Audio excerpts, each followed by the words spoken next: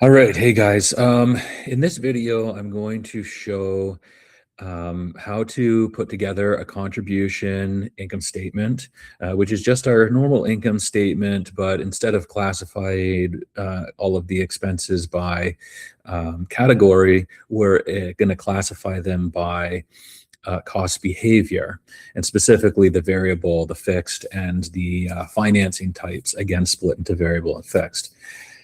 In order to do this, I had to take the base scenario and I had to make an adjustment. And that adjustment is what you see on the screen here.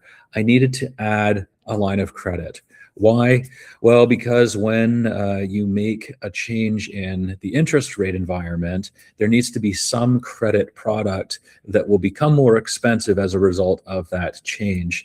And I had a credit card. Those don't change. I also had a car loan. That doesn't change. So a line of credit is a good example to have. So what we have here is if you have a line of credit, you'll know that it's revolving interest. The interest changes in the economic environment. And you're only required to pay, you may have some minimum payment, but that minimum payment then becomes available balance that you can use. And if you use it, then essentially if your beginning balance is 10,000 and you accumulate interest all throughout the month, that's the $75. Then when you make your minimum payment, a portion of that goes towards interest and the other portion just becomes cash that you can use again. So for this example, we just have the interest and the cash equaling, and really the only thing that we need out of this is how much is the interest expense on a monthly basis, and that is $75. Okay, so we have this variable component, and the reason why this is important is because if I just change the 9% to 10%, I can see that the interest amount and the payment will go up. And likewise, if it goes down, I can see that the interest expense and the associated payment go down. Okay. So in our base case scenario, we're just going to say that that interest is 9% on this particular line of credit. This schedule, this amortization schedule, essentially for a line of credit, would be made in advance of any of the, chart of accounts, any of the journal entries, because you need the information from here. All right, we've also needed to revise our chart of accounts for the contribution income statement. We have to add a cost behavior and a finance type column. Okay, and the reason that we need to do that is because we need to rearrange our categories based on cost behavior. So if we scroll down here, we're going to see that I have some cost behaviors that are fixed. The rent, the groceries is a mixed. The dining expense is completely variable. The transportation expense has mixed components, and so on and so forth. When we get down to the interest expense for the car, the credit card, and the line of credit, we can see that two of these are cost behavior financing fixed, and the other one is financing variable. Okay, and this becomes important when we put together our contribution income statement. Okay, I've added the journal entries. I've orchestrated everything so that it is realistic, and that will give us our personal income statement. Okay, now the personal income statement, as I said, is categorized by the expense type, or rather the category of the expense. Okay, not the cost behavior. So in this case, we have our income, our expenses, and we have our net income, our bottom line here. For the contribution income statement, what we want to do is we want to reconfigure these. So you have to put some of these into variable costs, and I've hidden some columns here. So I'm just going to unhide everything that I've got. Unhide the columns. Okay. So we have our variable costs listed. These ones are entirely variable, meaning if things got really bad, we could eliminate them completely. We have dining expense, subscription expense, network for Netflix and Spotify. Our miscellaneous, which is just, random spending, that would be cut down completely. Grocery expenses were a mixed component, and we'll come back to grocery, transportation, utilities in a second. Fixed costs are all of the ones that we classified as totally fixed. Okay, in the short term, there's no room to make the adjustments here. And EI expense is tied to your income, so that's not something that you can adjust. The depreciation on your vehicle in this scenario, that's not something you can adjust. And the income tax, it's associated with your pay, so you can't adjust that. There's only some that also are mixed here. Okay, grocery, transportation, utilities. For the mixed costs, we have the total values here, and we've got to do this separately, its own separate section, because we have to make a decision using our discretion, our judgment. You can't completely cut off groceries, you still have to eat, but maybe there's a certain component that's variable that you can cut back on. Choosing different leaner cuts of or cheaper cuts of meat, choosing, off-brand types of items, whatever. In this example, I've said that, okay, 20% of the total cost is a variable component and 320 or 80% of it is fixed, meaning 320 is as low as I can go on my groceries. For transportation, I've said, okay, 50% is variable, the other 50% is fixed, meaning let's say that I have to cut back on transportation and I'm taking public transportation. I'm just estimating here, 50% of my transportation expense could go towards that variable component, and the other 50% would be fixed. Now, of course, if I'm taking the transportation expense and I'm moving to public transportation, there may be some assumptions there that, do you just keep the car? Do you sell the car? If you sell the car, then your depreciation expense is going to go away. So you have to make some judgment calls here. I've just kept the depreciation expense as fixed. For the utilities expense, I'm saying that, through managing the utility usage, we may be able to cut 20%, but 80% of that is going to stay fixed because we have to heat the home. And in this particular instance, this scenario, heat is something that's not included in the rent. Okay. So once we've got those variable and fixed components separated, we can allocate the grocery, transportation, utility expense, variable components to the variable cost and fixed components to the fixed costs. Okay. Then we have our financing variables. Our financing variable expense is the accrued, the interest expense related to the line of credit, which is $73. And the reason that this is not 75 exactly is because of the accrual periods lining up. Okay, so it'll be off a little bit depending on how many days there are in the month, but overall it should be around that $75 each period. Financing fixed costs, we have the car loan and we have the credit card, and those fixed costs are a little bit of judgment because the balances are always changing. A little bit of judgment or discretion is needed. Ultimately, those values will come from your interest expense that you've accrued, okay? But then also when you do your credit card reconciliation, and there's a whole video on that, along with bank statement reconciliation, this interest expense will be precise if you've done the credit card reconciliation properly. Okay, so we've got all of these different values. So what we do then is we just classify them. This part can be, for the most part, automated.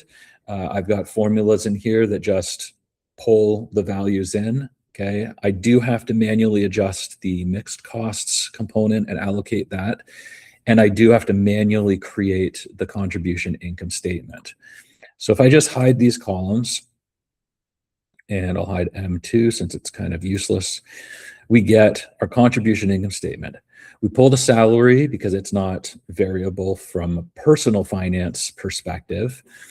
And we have our variable expenses here summed up, so 597. We have our fixed costs sum up, that's 4,029. So you can see that there's a lot of rigidity in this particular scenario, which is very common for most people. We have our net income before financing of 450. Then we deal with our variable costs and we deal with our fixed costs.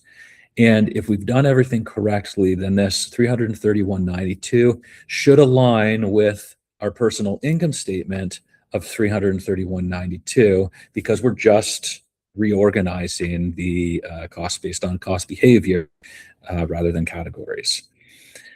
Okay, so that's our base scenario. Person looks like they're in pretty good shape.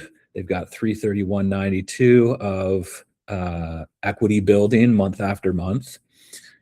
But then we can start stress testing this. We have inflation, a CPI shock of 5%. So costs go up. Maybe this is over a year or whatever the case is. And some of these items are going to be impacted and some of them are not. So we call the ones that are not, we call them sticky, okay, because they're not moving. And sometimes that's based on contracts.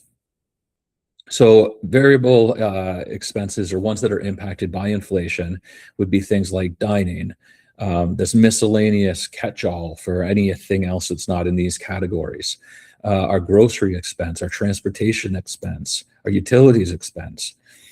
Okay, and we see here that if the inflation goes up, the impact is to our variable cost section. This goes up from 597 to 625. We also see that in the case of rent, typically it would be fixed. It might increase depending on the landlord. Your car insurance expense will go up. So I've just increased all of these using my discretion, what would be impacted in a normal scenario of a 5%. Now, some might be higher and some might be lower, but if I use 5% as an average on all the ones that would be impacted, then that's going to be a pretty good stress test, realistic scenario. Okay, so we see here that our net income before financing has changed from 450 to 380. With just this inflation shock, our net income after our finance costs have been removed drops from 331 to 262. So now in this scenario, we'd be sort of feeling a little bit more pressure because there's not as much of a buffer here.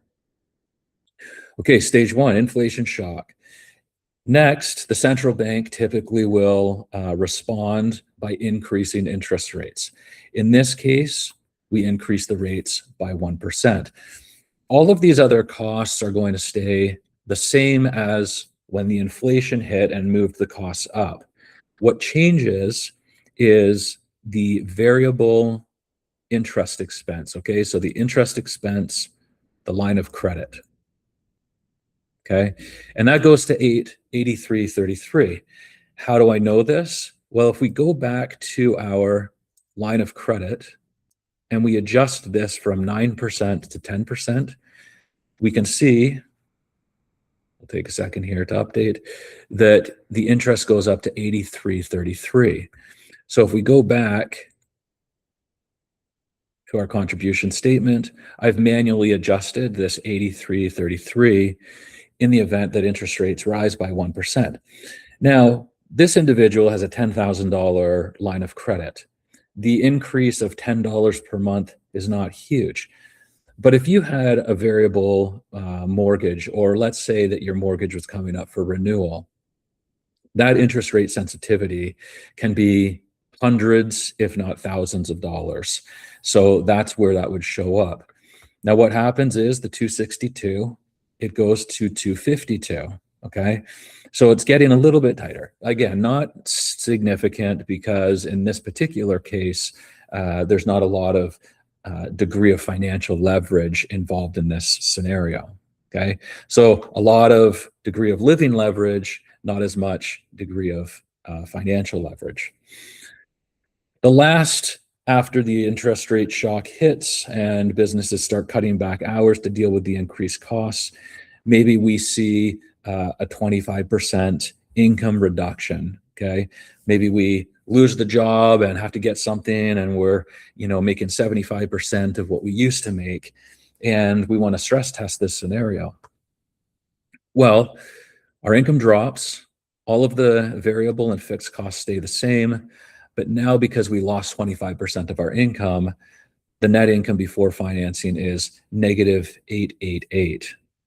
So what would we do? We would respond, and we would respond by most likely cutting all of our variable costs. So we would need to adjust. Our dining out would go down. We would cancel our subscription. We'd cancel all Spotify. We'd stop. We'd really be, pinching our pennies. We would cut back on groceries with the leaner cuts or the cheaper cuts of meat and the off-brand, names for different groceries.